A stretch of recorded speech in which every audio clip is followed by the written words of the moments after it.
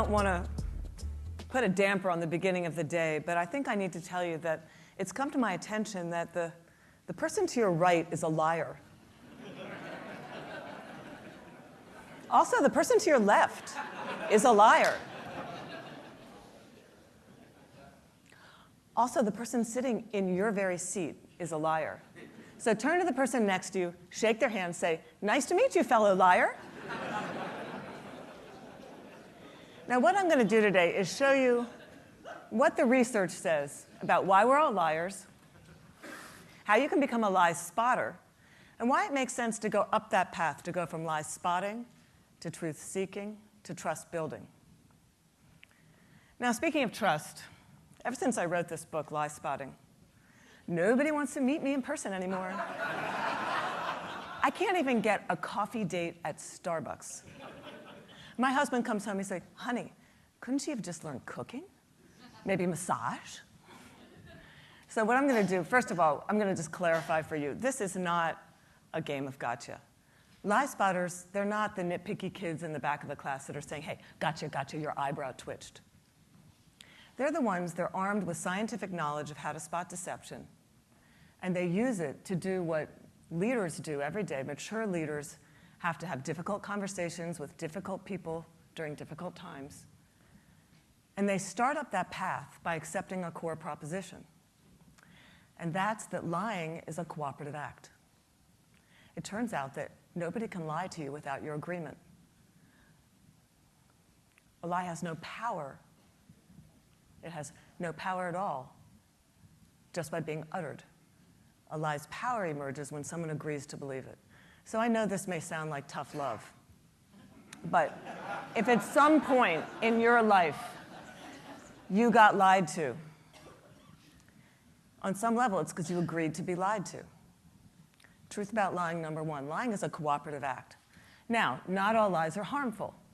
Sometimes we're willing participants in a lie, really just for the sake of social dignity. But there are other times when we're unwilling participants, and that can have dramatic costs for us. Last year saw $994 billion in corporate fraud alone in the United States. That's an eyelash under $1 trillion. That's 7% of revenues. Deception can cost billions. Think of Enron, WorldCom, Madoff, the mortgage crisis. In the case of traitors like Aldrich Ames, Robert Hansen, lies can betray our country. They can compromise our security. They can cause the deaths of those that defend us. Deception is serious business.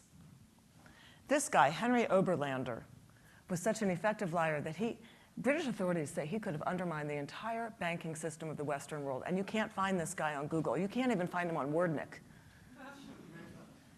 He had one rule. He had only one rule. His rule was that he said, look, people are hungry. They're hungry for something, and they're willing to give you something for whatever it is they're hungry for. And that's really the crux of it. You have to ask yourself, what are you hungry for? And we really don't want to admit it, but most of us kind of wish we were better husbands, better wives, richer, taller, younger, better executives, more powerful. The list kind of goes on and on and on. Lying is an attempt to bridge that gap, to connect our wishes and our fantasies about who we wish we were, how we wish our world should be, with what it's really like. And boy, are we willing to fill in those gaps in our lives with lies. Research shows us that on an average day, you may be lied to anywhere from 10 to 200 times. Strangers, in one study, they were videotaped, and in 10 minutes, the majority of them lied 3 times to each other. When we first hear this data, we kind of recoil. We can't believe it. We're against lying. We're essentially against it. We can't believe how prevalent it is. Yet, if you look more closely, the plot kind of thickens. We lie more to strangers than we lie to coworkers. Extroverts lie more than introverts. Men lie 8 times more about themselves to bolster themselves, while women will lie more to protect other people. If you're in an average marriage, you're going to lie to your spouse in 1 out of every 10 interactions, and yet, if you're unmarried, that number rises to 3.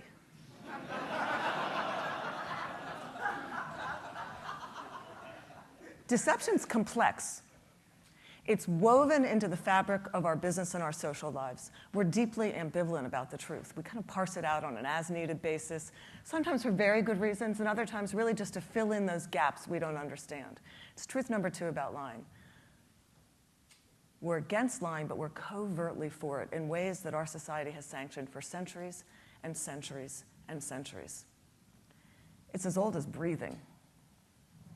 Think Dante, Shakespeare, the Bible. Lying has evolutionary value to us as a species. Researchers have long known that the more deceptive the species, the more intelligent it is. You all might remember Coco. Do you remember Coco, the gorilla who was taught signing language, who learned how to talk through sign language? Here's Coco. There she is with her pet kitten. Coco once blamed her pet kitten for ripping a sink out of the wall.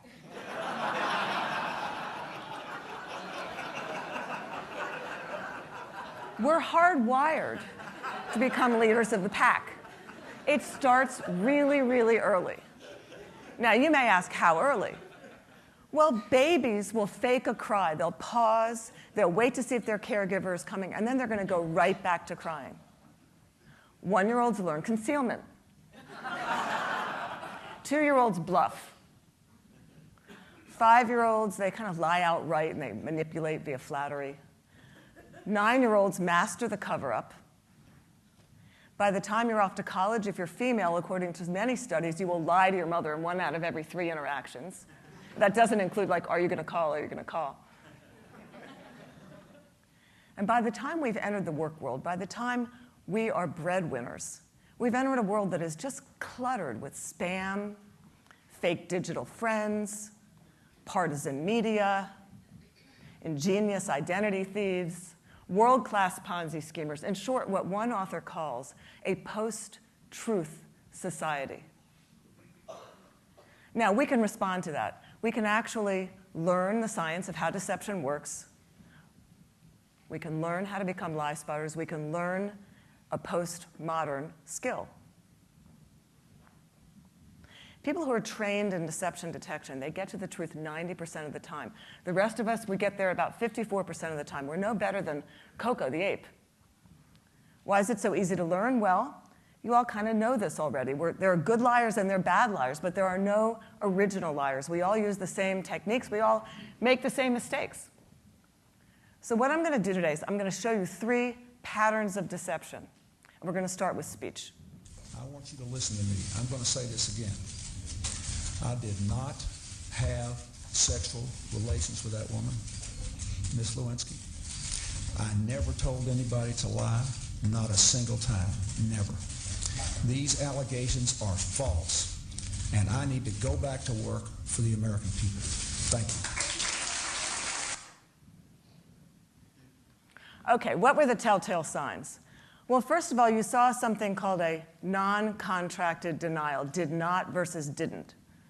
Research shows that people who are overdetermined in their denial will resort to formal rather than relaxed language. We also saw distancing language, that woman. We know that people will sometimes unconsciously distance themselves from their subject using language really as their tool. Now, if Bill Clinton had said, well, to tell you the truth, or Richard Nixon's favorite, in all candor, he would have been a dead giveaway for any lie spotter that knows that qualifying language like that really kind of discredits the subject. And if he had not been under oath, and let's say he had repeated the question to stall for time, or he had peppered his account with an unnecessary amount of detail, and we're all really glad he didn't do that, he would have been batting 5 for 5. Now, what I want to do now is I want to show you what happens. We're going to move from the pronouns, and we're going to go on to a conversation. What happens when you have a conversation with somebody that you suspect of deception?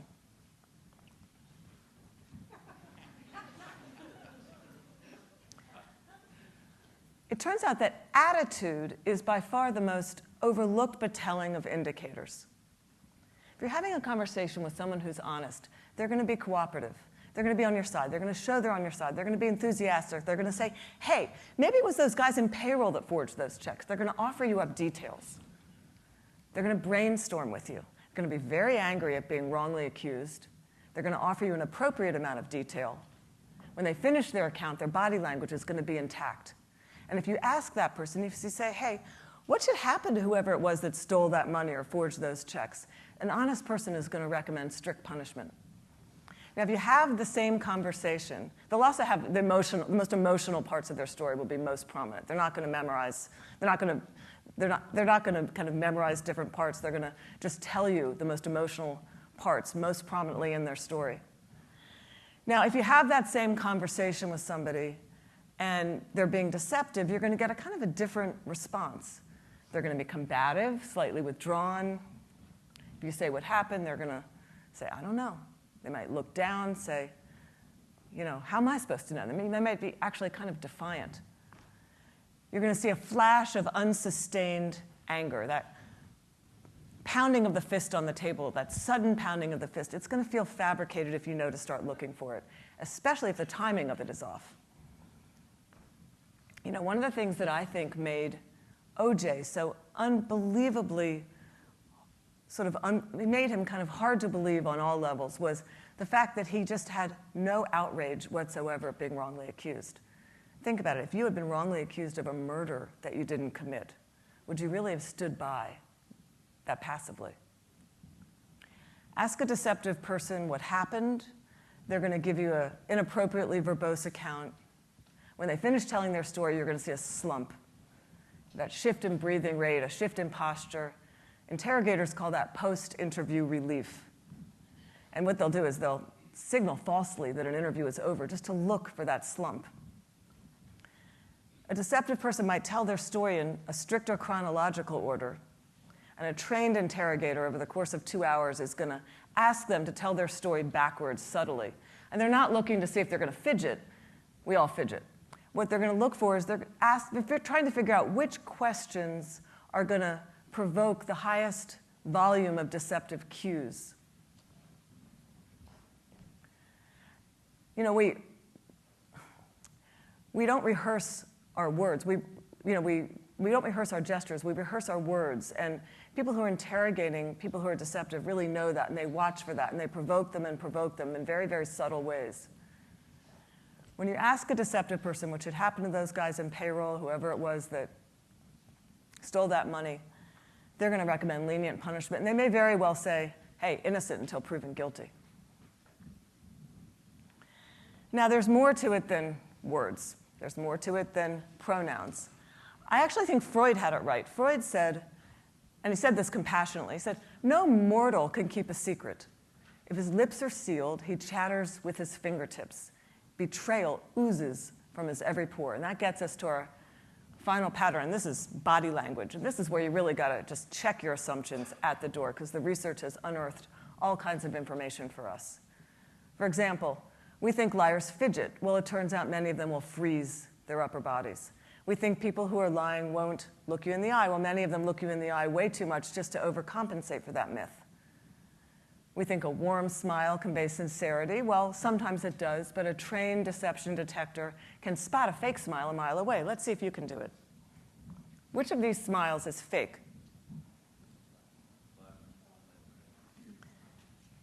You can fake that smile in your cheeks. But the real smile's in the eyes. The crow's feet around the eyes cannot be consciously contracted. And if you get too much Botox, it really messes with the science of this stuff. Don't do that. Now, there are loads of body language tells. We know, for example, that someone who's being deceptive is going to raise the pitch of their voice a bit. They're going to shift their blink rate. They may shake their head no while saying yes. And I've given you guys so much information so quickly here. We're going to step back. We're going to do a little quiz. We're going to look at a video and see if you can spot one or two tells here. This is John Edwards talking about getting a paternity test for his alleged love child. Welcome. Participating in a paternity test. Be happy to participate in one. I know that it's not possible that this child could be mine because of the timing of events. So I know it's not possible. Happy to take a paternity test and would love to see it happen. Are you going to do that soon? Is there somebody that you can't? I'm only one side. I'm only one side of the test, but I'm happy to participate in one. That shaking of the head while saying yes. There's lots of material here, but that was by far the most prominent one there. Now, there are going to be times when someone's going to make one expression, which is masking another that will kind of leak through in a flash. We know, for example, that murderers will flash sadness. Your new joint venture partner may shake your hand very happily and then flash anger.